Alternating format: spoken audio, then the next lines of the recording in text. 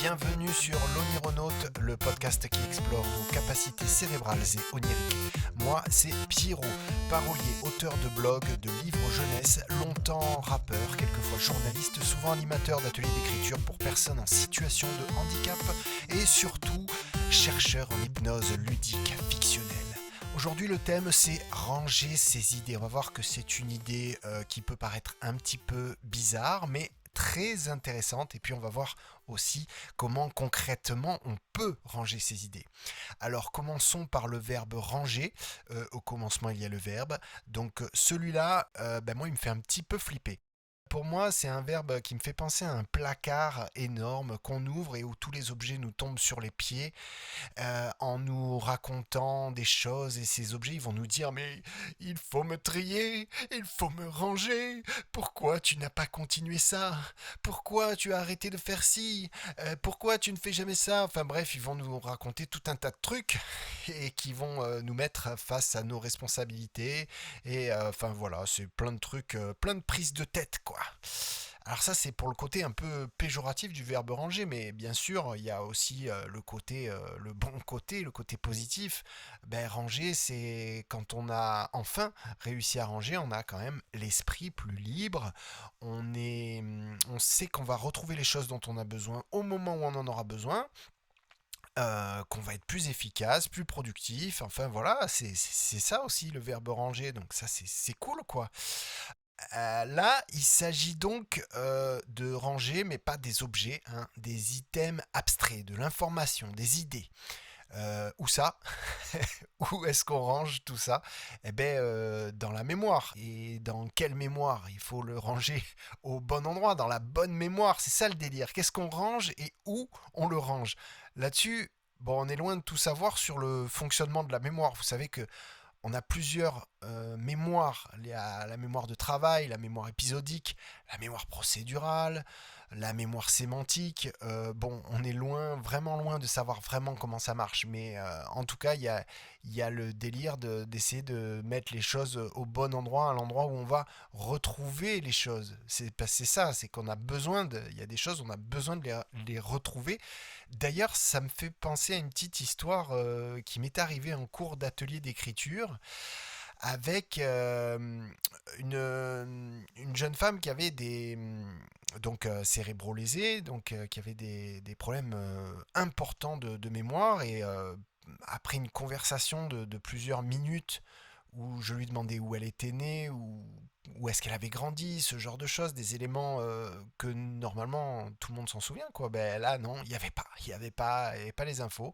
Et puis quelques minutes après, ou un quart d'heure, une demi-heure après, en parlant de complètement d'autre chose, dans un autre moment, on en est venu à parler du film de James Cameron, Titanic, et là, j'étais sur le cul parce que elle a sorti le nom des personnages, donc personnage principal de DiCaprio, Jack. Elle a dit Jack, il est amoureux de Rose, et puis ils font ci, ils font ça, et à un moment ils vont au bal, ils dansent, puis il y a les violonistes parce que le bateau il va couler, et tout ça, et plein de trucs du film. Elle me sort plein de trucs qu'elle va tirer de sa propre mémoire, hein. Mais alors, quelle mémoire a fonctionné à ce moment-là, je sais pas. Et quelle mémoire ne fonctionnait plus, quelle mémoire fonctionnait, je sais pas. Ça, c'est un grand mystère. Mais en tout cas, depuis ce jour, je me passionne des fonctionnements, des différents fonctionnements de la mémoire et c'est vraiment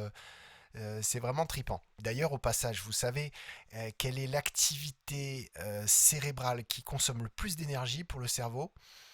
C'est l'oubli. Oui, parfaitement. C'est un petit peu contre-intuitif. On pourrait penser que l'oubli, c'est facile pour un cerveau, mais en fait, c'est une vraie fonction. C'est-à-dire qu'il dépense de l'énergie pour le faire, quoi. Et donc, ça, toute la journée. Alors, ranger ses idées, on le fait tous naturellement, hein, de ranger un peu dans notre tête. Voilà, on a tous des priorités, on fait le tri, voilà, tout ça. Mais il y a des gens, et j'en fais partie, que ça excite vraiment de le faire volontairement, sérieusement. Juste se dire qu'il est possible d'agencer un peu ses pensées de manière consciente.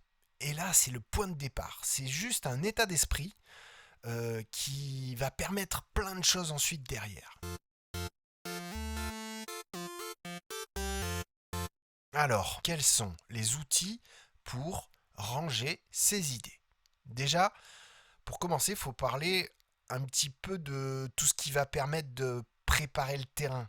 Ça va être par exemple la méditation, le sport, les arts martiaux, les activités créatives. Tout ça, ça va nous permettre d'y voir un petit peu plus clair. Voilà, déjà de base. Donc, se lancer dans ce genre d'activité, de discipline, n'ayons pas peur du mot, c'est très très bien pour entamer les hostilités. Ensuite, il y a toutes les techniques utilisées pour travailler la mémoire. Alors, par exemple, les tables de rappel, les astuces mémotechniques, voilà, tous ces trucs que font les champions de la mémoire pour gagner des compétitions ou les étudiants une semaine avant leur partiel. Voilà, c'est absolument pas indispensable, mais ça peut être un très bon support. C'est voilà, le tout c'est que ces outils doivent être mis en pratique pour de vrai, quoi. Il faut vraiment les faire. C'est pas juste un truc qu'on lit quelque part et qu'on oublie. Voilà, si on veut pouvoir utiliser ces trucs-là et que ça nous serve dans cette démarche-là, voilà, il faut vraiment mettre les trucs en pratique. Mais comme un jeu, quoi, j'ai envie de dire, voilà, comme si on joue à une application sur notre téléphone, ben voilà, on peut jouer à travailler notre mémoire avec tous ces trucs-là. C'est un très très bon délire. En plus, pour le cerveau, ça va être un petit peu comme des plugins qui peuvent après être très utiles dans le délire de mettre de l'ordre dans notre esprit. Par exemple, la technique du palais de la mémoire, inventée par un certain Simonide de Céos, poète et orateur de l'Antiquité, ça c'est fondé sur le souvenir de lieux déjà bien connus auxquels on associe par divers moyens les éléments nouveaux que l'on souhaite mémoriser. Ça sert à quoi? Ça sert à principalement mémoriser de longues listes d'éléments ordonnés. Moi, ce que j'adore avec la technique du palais de mémoire, en plus, c'est que non seulement, alors, elle est pas chère, c'est totalement gratuit. Elle a fait ses preuves, parce que quand même le truc il date depuis l'Antiquité, quoi. Mais en plus, elle permet de constater que le cerveau a tout à fait la capacité d'utiliser l'imaginaire pour optimiser son fonctionnement. Et ça, c'est ouf. Alors, comme autre outil pour ranger ses idées, on a la sophrologie, un peu comme la méditation, mais c'est plus guidé, quoi. Donc, il n'y a rien à faire, on se laisse porter, on se met bien, et ça permet de faire des bons petits états des lieux. Par exemple, si on a un vieux blocage ou quoi, ça va ressortir et on va pouvoir traiter le problème avant d'aller plus loin. Ensuite, on a la culture. Alors, soyez cultivés.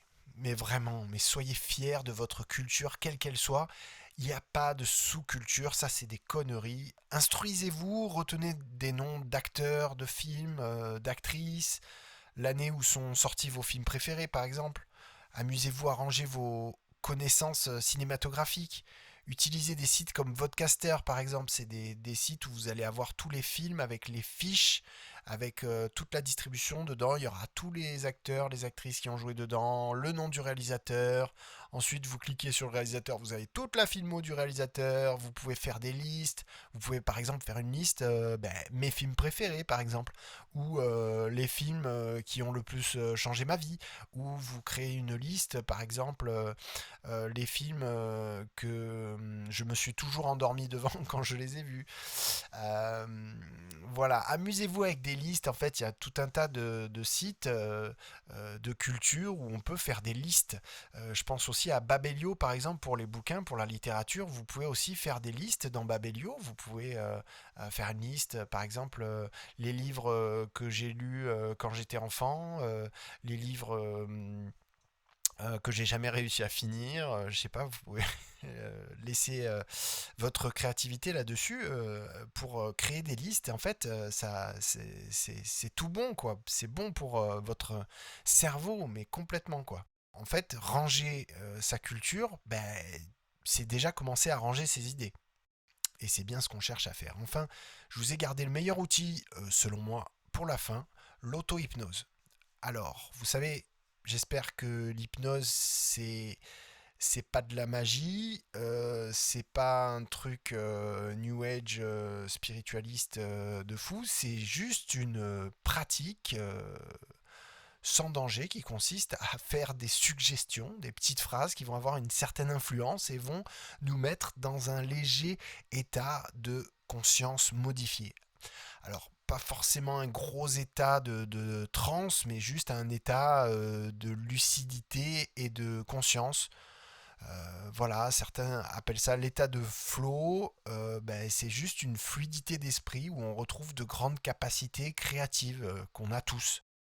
C'est pas un truc qui va t'endormir profondément et tout. Alors ça peut, hein, il y a toutes sortes d'hypnose, mais l'hypnose dont je parle, moi, c'est l'hypnose accessible, on va dire l'hypnose ericksonienne, quoi, ou l'hypnose conversationnelle, comme on l'appelle aussi. Il y a différentes techniques, différentes approches, mais en tout cas, retenez que c'est très simple, que tout le monde peut le faire, que c'est gratuit, que c'est pas cher, que c'est facile à mettre en place aussi. Voilà, ça va pas demander des années d'effort avant pour arriver à faire quoi que ce soit avant. On a tout de suite des résultats intéressants et c'est un super super outil. Alors, et dans le délire de ranger ses idées, c'est aussi c'est une voie de découverte, c'est une voie d'invention de jeux. Vous allez pouvoir carrément, concrètement inventer des jeux psychiques. C'est l'exploration de notre psyché, quoi, que ça permet. C'est un rapport aussi avec nos capacités oniriques, à tout ce que le cerveau est capable d'inventer lorsqu'il rêve. Du coup, l'auto-hypnose, ça permet d'accéder à ça. Voilà, vraiment tout le monde peut faire ça et on peut travailler directement ce qui se passe sous la casquette avec l'auto-hypnose, quoi. Et donc en matière de méthode pour débroussailler un peu le bordel qu'on a dans nos têtes, ouais, ça se pose là, quoi, carrément. Alors, le mot de la fin. C'est une question que je vous pose. Comment on dit quand quelqu'un est un peu fou? On dit qu'il est dérangé. Je vous laisse méditer là-dessus et ranger ça au bon endroit. Voilà, c'est la fin de ce podcast. Merci beaucoup de l'avoir écouté. Je vous donne rendez-vous sur onigate.com si vous voulez avoir plus de contenu de ce genre, de recherches, d'articles intéressants sur toutes ces thématiques. Et puis, pensez à vous inscrire à la newsletter, comme ça on reste en contact aussi sur ce qui sort. Et sur ce qui se passe et tout. Voilà. Je vous dis à la prochaine, au prochain podcast. Amusez-vous bien, délirez bien. Ciao, salut mes onironautes.